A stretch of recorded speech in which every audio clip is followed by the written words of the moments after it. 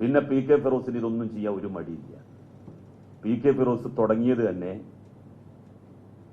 ഈ ഹുണ്ടി ഫോണ് അത് വിളിച്ചിട്ടാണ്. അതിൻ്റെ ഒരു ഷോപ്പ് കൊടുവള്ളിയിൽ ഇദ്ദേഹവും വേറൊരാളും കൂടി ഒരുമിച്ച് നടത്തിയിട്ടാണ് ഈ ധനസമ്പാദനം തുടങ്ങുന്നത്. സുഹൃത്തെ, അങ്ങനൊക്കെ പാടുണ്ടോ? യുവജന നേതാക്കൾക്ക് ആവാം, പക്ഷെ ഈ ഹുണ്ടി ഫോണൊക്കെ പിന്നെ അതിന്റെ ബിസിനസ്സൊക്കെ നടത്താൻ പാടുണ്ടോ? ഹുണ്ടി ഫോൺ എന്ന് പറഞ്ഞാൽ മനസ്സിലായില്ലേ നിങ്ങൾക്ക്? പണ്ട് കാലത്ത് ഈ STD ബൂത്തുകൾ പ്രചാരത്തിലിരുന്ന കാലത്ത് വലിയ പൈസ കൊടുക്കണം STD ബൂത്ത് പോയി ഫോൺ ചെയ്യുമ്പോൾ. അപ്പൊ കട്ട് ഫോൺ ചെയ്യും, അതിന് പകുതി പൈസ കൊടുത്താൽ മതി, അല്ലെങ്കിൽ അതിൻ്റെ ഒരു പിന്നെ 4/1 പൈസ കൊടുത്താൽ മതി. 4/1 പൈസ കൊടുത്താൽ ഇവര് ഹാഫ് പൈസ വാങ്ങും, എന്നാലും ഹാഫ് ലാഭമാണ് ഈ വിളിക്കണവനെ സംബന്ധിച്ചിടത്തോളം. അങ്ങനെ ഹുണ്ടി ഫോണ് കൊടുവള്ളിയിൽ ആരംഭിച്ച് തുടങ്ങിയതാണ് ഇദ്ദേഹത്തിന്റെ ബിസിനസ്. അപ്പൊ അത് എപ്പോഴും അത് ദുരൂഹമാണ്, അതിനൊന്നും ഒരു മടിയില്ല. അത് ശരി. അപ്പൊ കമ്പനി ആ രാജ്യത്തെ വഞ്ചിക്കുകയാണല്ലോ ചെയ്യുന്നത്. UAE വഞ്ചിക്കല്ലേ ചെയ്യുന്നത്? ഒരു രാജ്യത്തുള്ള നിയമം ലംഘിക്കല്ലേ ചെയ്യുന്നത് കമ്പനി? ഇതൊന്നും അവിടെ പോയിട്ട് പറയാൻ നിൽക്കണ്ട. UAE പോയി പറഞ്ഞാല് എപ്പോ ഈ ആളുകൾ അറസ്റ്റ് ചെയ്യപ്പെട്ടു എന്ന് നോക്കിയാൽ മതി. ആ കമ്പനിയുടെ ഉടമസ്ഥൻ 5.25 ലക്ഷം രൂപ ശമ്പളം, പിന്നെ എന്തിനാ ചൊറുക്കിന് എഴുതുക? ഭംഗിക്ക് എഴുതണോ? ചൊറുക്ക് എന്ന് പറഞ്ഞാൽ ചിലപ്പോ ആളുകൾക്ക് മനസ്സിലാവില്ല. ഭംഗിക്ക് എഴുതുകയാണോ? കൊടുക്കണ ശമ്പളം എഴുതിയ പോരെ? 5.25 ലക്ഷം എന്തിനാ എഴുതുന്നത്? 22,000 ദിർഹം എന്ന് എന്തിനാ എഴുതുന്നത്?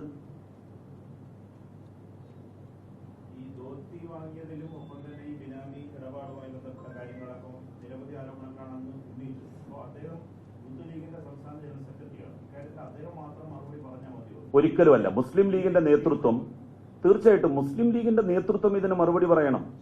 യൂത്ത് ലീഗിന്റെ ഒരൊറ്റ ഭാരവാഹിയും സംസ്ഥാന ഭാരവാഹിയും ഇതിന് മറുപടിയുമായി രംഗത്തെത്തിയിട്ടില്ല.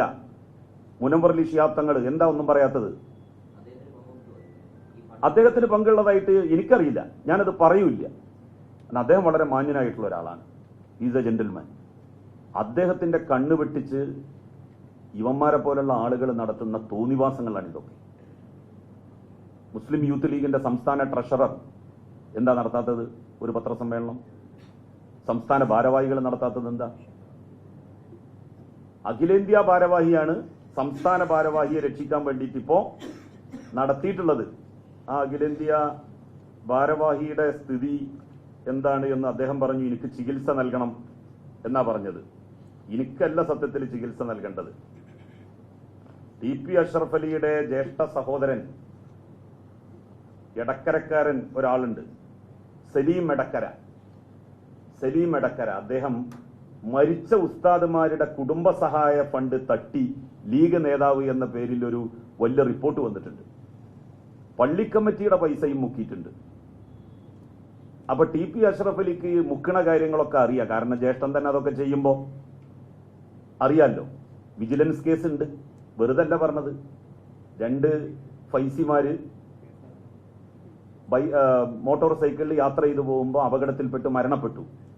ആ 2 കുടുംബങ്ങൾക്ക് വേണ്ടിയിട്ട് പിരിവ് നടത്തി. എന്നിട്ട് ഇവര് ആ പിരിച്ചു കിട്ടിയ ഭീമമായിട്ടുള്ള തുക മഞ്ചേരിയിലെ ഒരു ജ്വല്ലറിയിൽ നിക്ഷേപിച്ചു. നിക്ഷേപിക്കുന്ന സമയത്ത് ഈ കുടുംബത്തോട് പറഞ്ഞത് 6,000 രൂപ മാസം മാസം നിങ്ങൾക്ക് കിട്ടും, പിന്നെ പെൺകുട്ടികളുടെ വിവാഹമാകുമ്പോൾ 44 പവൻ, അന്ന് എന്താണോ വില ആ വിലക്ക് നിങ്ങൾക്ക് സ്വർണം തരും, പെൺകുട്ടികളെ കെട്ടിക്കാനാണല്ലോ.